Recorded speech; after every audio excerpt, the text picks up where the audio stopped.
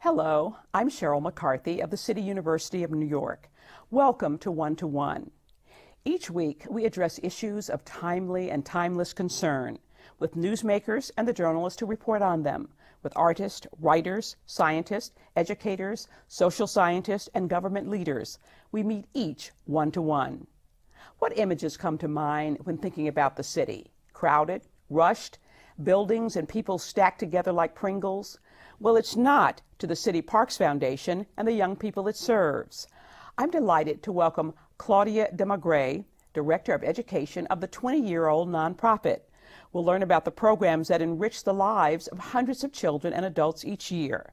They learn about the wildlife just blocks from their homes and see the natural surroundings that are hiding in plain sight and in our parks and on our shorelines. Welcome. Good morning, Cheryl. You know, I think most people know about the big parks. They know about Central Park, they know about Prospect Park, they know about Riverside Park. What's the park in the Bronx, the big park in the Bronx? Oh, the Pelham Bay or Van Cortlandt? Right, Van Cortlandt Park.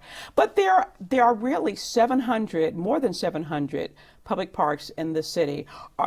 Could you tell us about, are there some hidden jewels that we don't know about? Oh, there are fabulous parks all over the place. There are about 1,700 parks. Oh, really? Of varying sizes, yes, Okay. varying sizes. And that could be, what we categorize as park space varies from very small green areas and midlines, but there are some fabulous parks. I personally love Inwood Park at the northernmost corner of Manhattan, which is a wonderful old growth forest and just fabulous. It has Manhattan's only salt marsh, and it's just a fabulous jewel. But I think throughout the borough, Staten Island is a very green borough, and the Bronx has incredible sites and spaces and parks that have been transformed over the last decade, for sure, and that's by the communities that are surrounded it, who have really launched rigorous efforts to reclaim their parks and make them safe and programs for the community.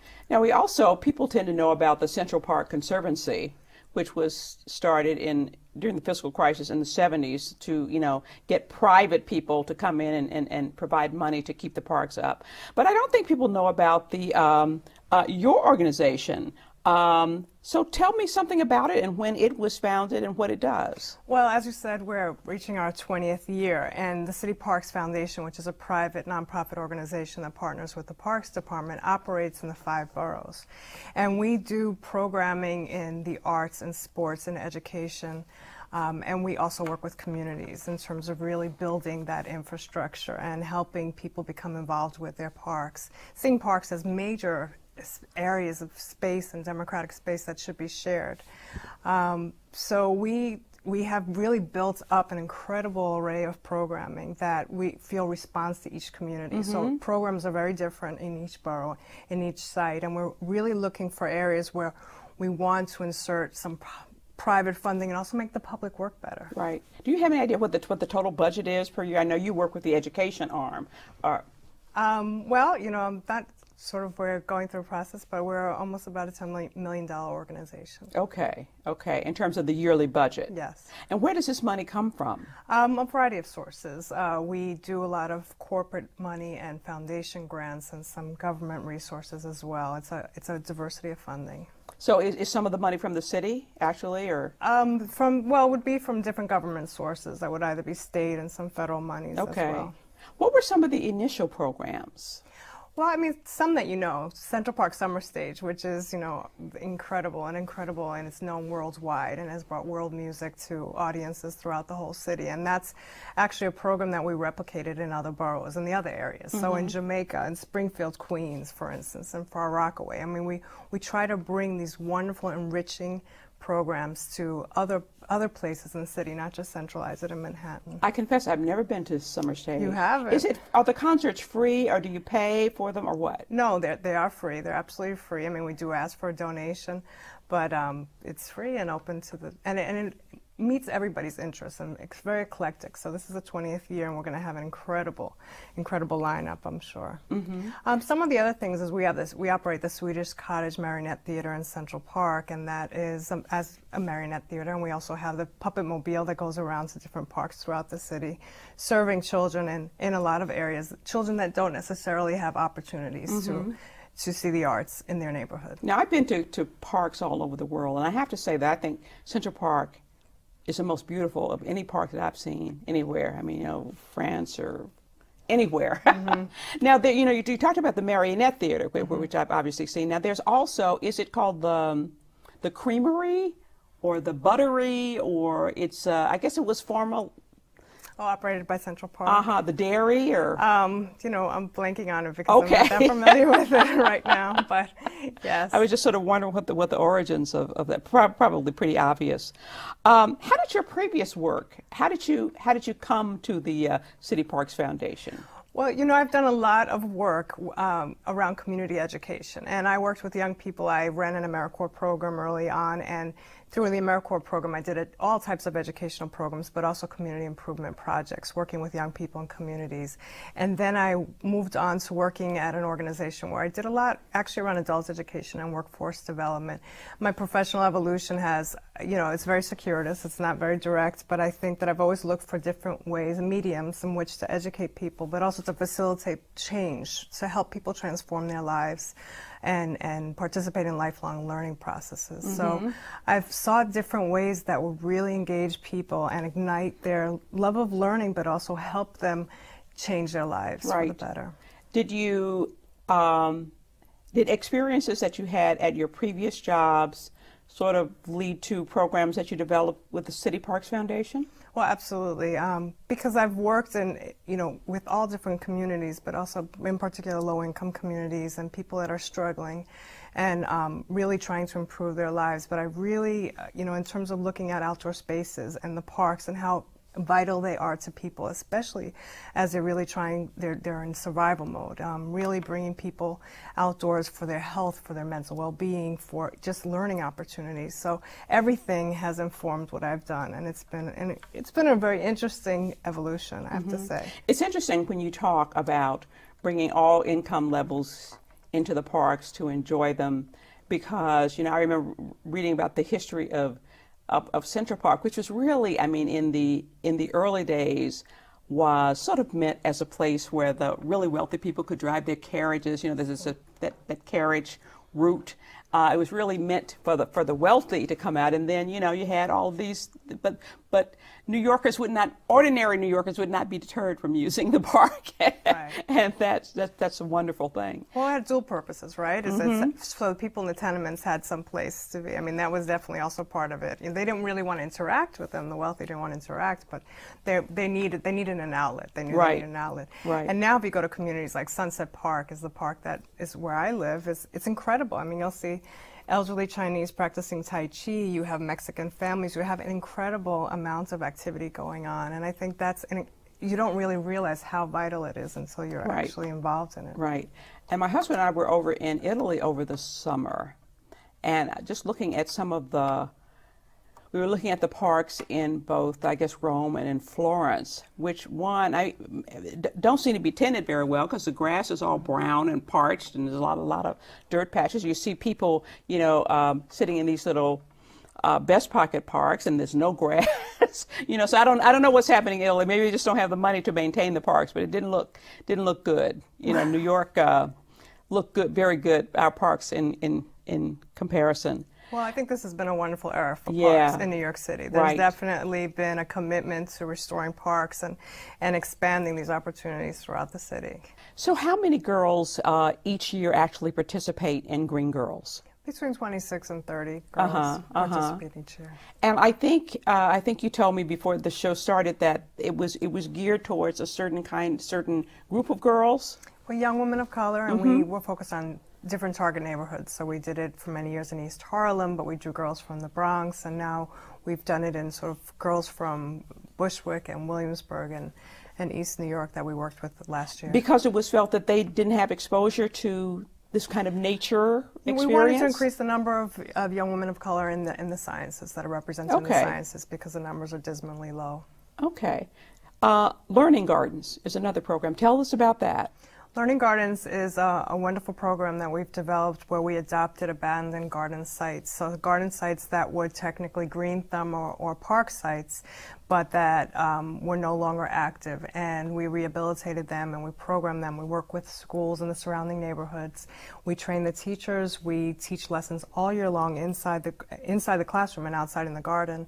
And we work with the parents and the community members. So community members garden alongside of us. So they have plots that they adopt, and we use those we use our teaching plots to teach a variety of lessons around, science and the natural world and garden ecology.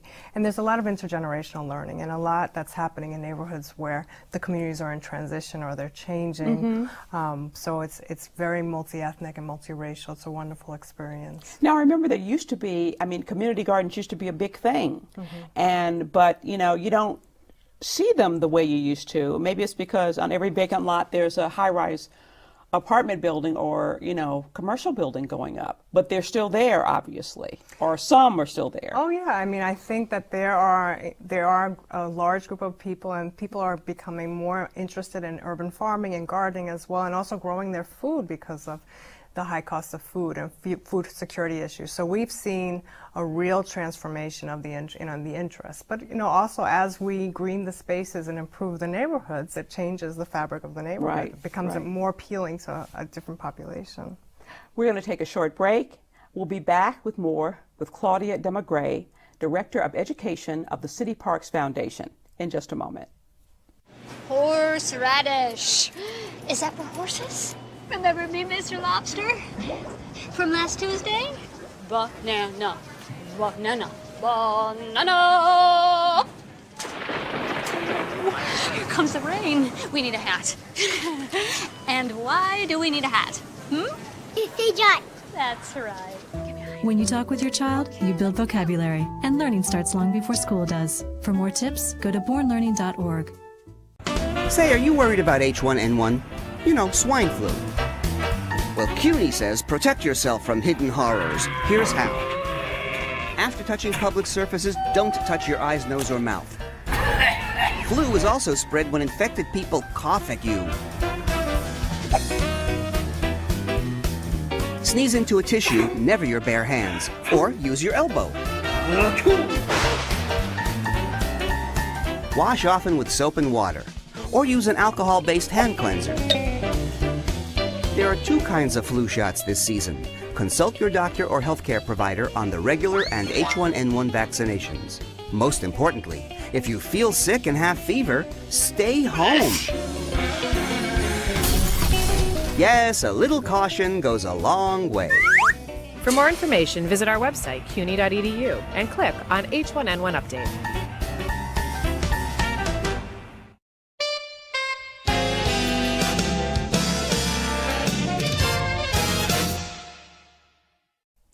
Welcome back to One to One, and to my guest, Claudia DeMegret, Education Director of the City Parks Foundation. Claudia, I have to be honest. Now, if I were a girl and somebody approached me about learning more about tadpoles and snakes and growing vegetables, I probably would not be too excited about it. How do you get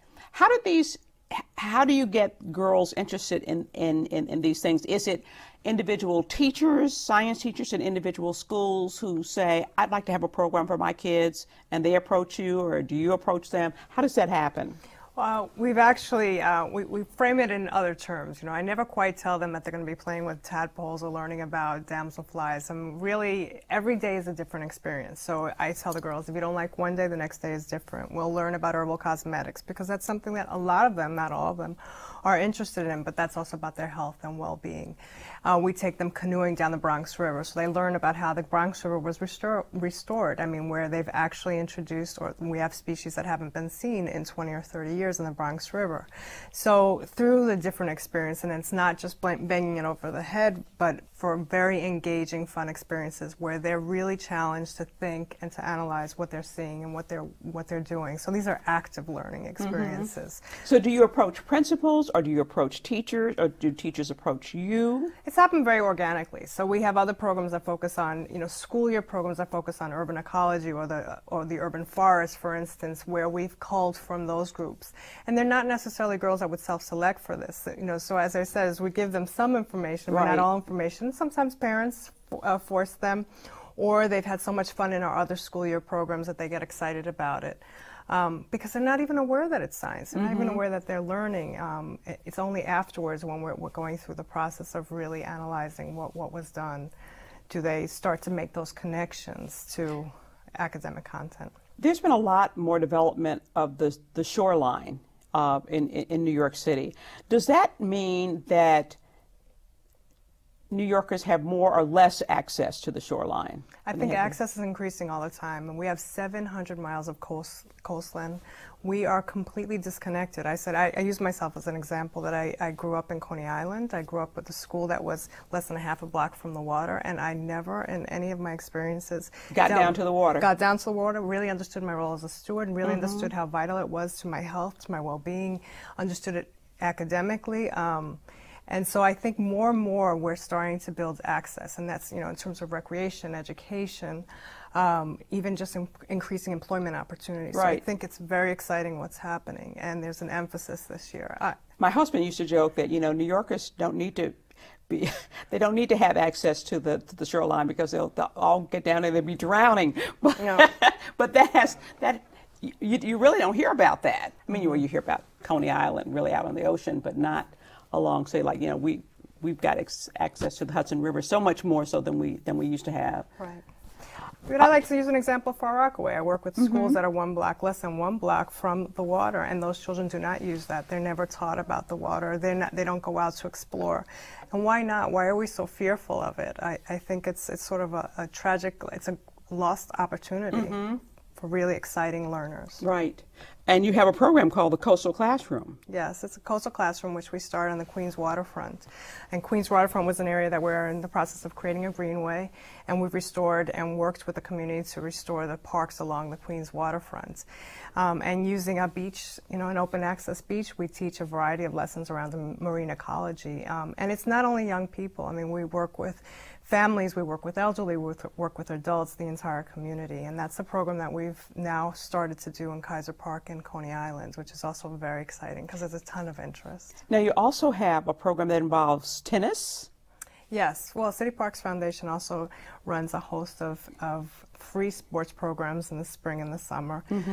And they're very high quality programs in golf, track, and tennis, and for many levels, and it's something that people should look up. So it would be, tennis lessons and tennis teams, or what kind of? Tennis lessons. There's a junior tennis league, and it's all from, and we have Pee-wee, we have very small children up to, students right before the age of sort of college-age students. And children that we've worked with their entire lives. So we've had stories of young people that started with us as a Pee-wee and have gotten tennis scholarships to college. In your experience, what kinds of things do the children respond to the most? I think they love being outdoors. I mean, they love the magical moments of just how something real and illustrated is there. It's inexplicable but incredibly magical what happens when a child gets in the water, when they put on the waders and they do biodiversity. They use a seine net to do biodiversity sampling and really understand that their water, is it clean? Is it not clean? What are the indicators? What does that mean? Even coming without a context, I have seen just that magic happen. I have seen kids who are self-professed gang members coming every day repeatedly because they're so excited about it. Everything. I think planting a flower is incredible for them.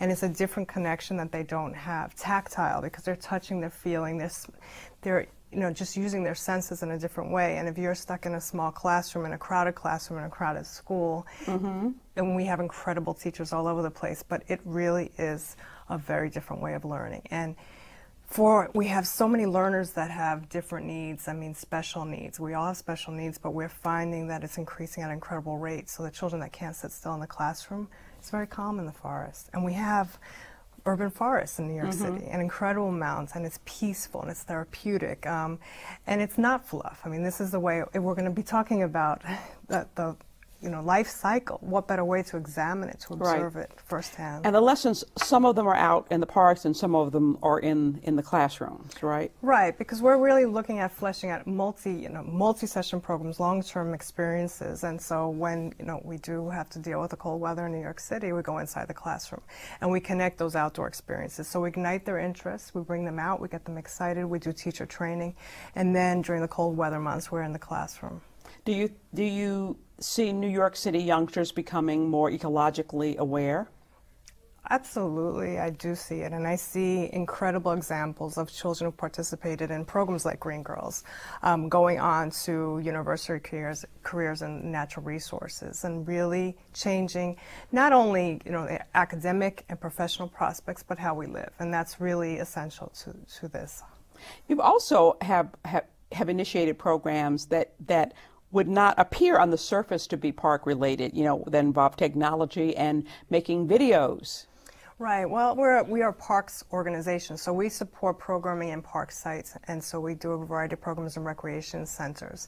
And one of those programs that we've done is City Parks productions at different sites. And again, using the medium of video and media literacy and new media is really letting the children and young people explore their worlds, explore their interests and their creativity, and find it and use their voice. So you have kids going out with video cameras that, and doing videos that then are online and that kind of thing? Oh yeah, that are online, that they're, we're submitting to festivals, to film festivals, that they are using in their portfolios when they're applying to colleges, and also pursuing different careers in media. And I know you have two programs in particular. You have one at the Red Hook Recreation Center in Brooklyn, and another at the Alfred Smith Center on the Lower East Side. Well, we've actually replicated that program in 5 sites. We call it now City Parks Productions. So we're working in the sites in East Harlem, in Hunts Point, in the Hunts Point Recreation Center,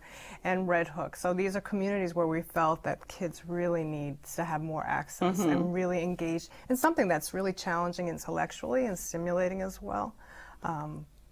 There is, I live at West 70th Street, and when I'm biking along the river, I pass a park that's somewhere in the 70s, and I notice it's a lot of toddlers in this particular park, but I notice that they have an art program. There's some kind of teacher advisor there, and it's bringing out the finger paints and the pieces of paper, and several days a week these kids are out there doing artwork. Is that part of your program, or is that another? Or is that another program? That's another program, but it's a very natural combination, right? Art and But probably nature. under the City Parks Foundation.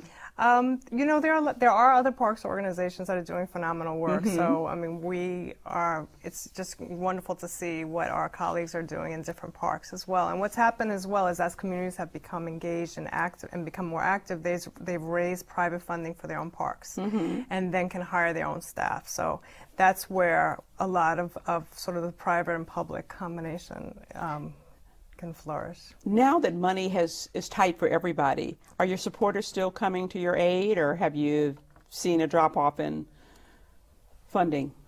Well, we definitely have to work harder to get funding, but we have been very resourceful, and we have some staunch supporters that are continuing to fund us. So we're working hard just to really try new things, experiment, and look in new directions. And I would imagine that some of these programs are after-school programs, not necessarily during school hours.